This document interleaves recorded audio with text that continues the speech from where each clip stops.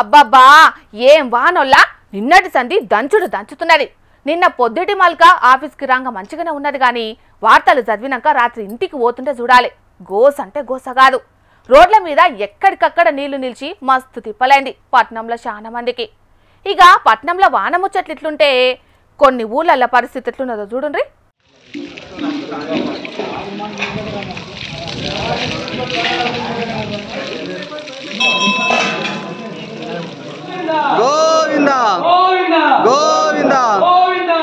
ఓ దిక్కు అతివృష్టి ఇంకో దిక్కు అనావృష్టి అన్నట్టే ఉన్నది. 7 వర్షాల పరిస్థితి చూస్తుంటే పట్నంలో శానా దిక్కుల వర్షం పొట్టు పొట్టు దంచే వరకు జనాలు మస్తు పరేషాన్ అవుతున్నారు కదా. ఇక శానా ఊళ్ళలోనేమో వర్షాలు లేక ఇగో ఇట్లా పూజలు చేసే పరిస్థితి ఉన్నది. వర్షాలు రామచంద్రాన్ని రైతులు మస్తు తల్లడిల్లుతున్నారు.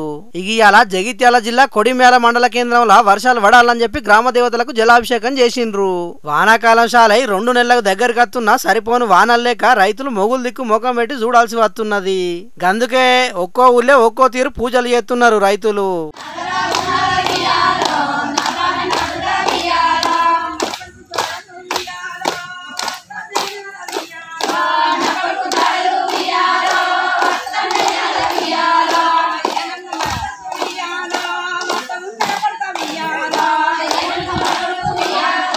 పెద్దపల్లి జిల్లా రామగిరి మండలం బేగంపేటల వర్షాలు దండిగా పడాలని ఆ ఊరోళ్ళంతా కప్పతల్లాట ఆడిర్రు.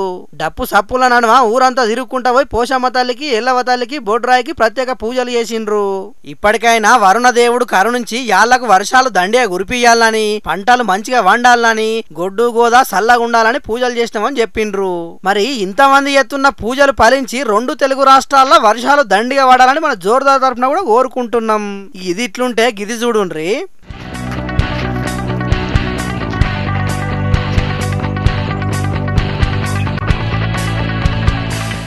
పాపం నారు మొత్తం ఎట్లా ఎండిపోయిందో చూస్తున్నారు అనుల్లా. పెద్దపల్లి జిల్లా మంతిల్లా దగ్గర 100-150 ఎకరాల వరి పంటేద్దామని రైతులు నార్లు పోసుకుంటే నీళ్లు లేక ఇట్లా నారు మళ్ళీ ఎండిపోతున్నాయట. అటు సర్కారేమో కాల్వ నీళ్ళు ఇడవదాయే, ఇటు వర్షాలేమో పడవాయే. తలాపున గోదావరి వాడుతున్నా మా పొలాలు మాత్రం ఎండిపోయే పరిస్థితి వచ్చిందని అక్కడ రైతులు మస్తు బాధపడుతున్నారు.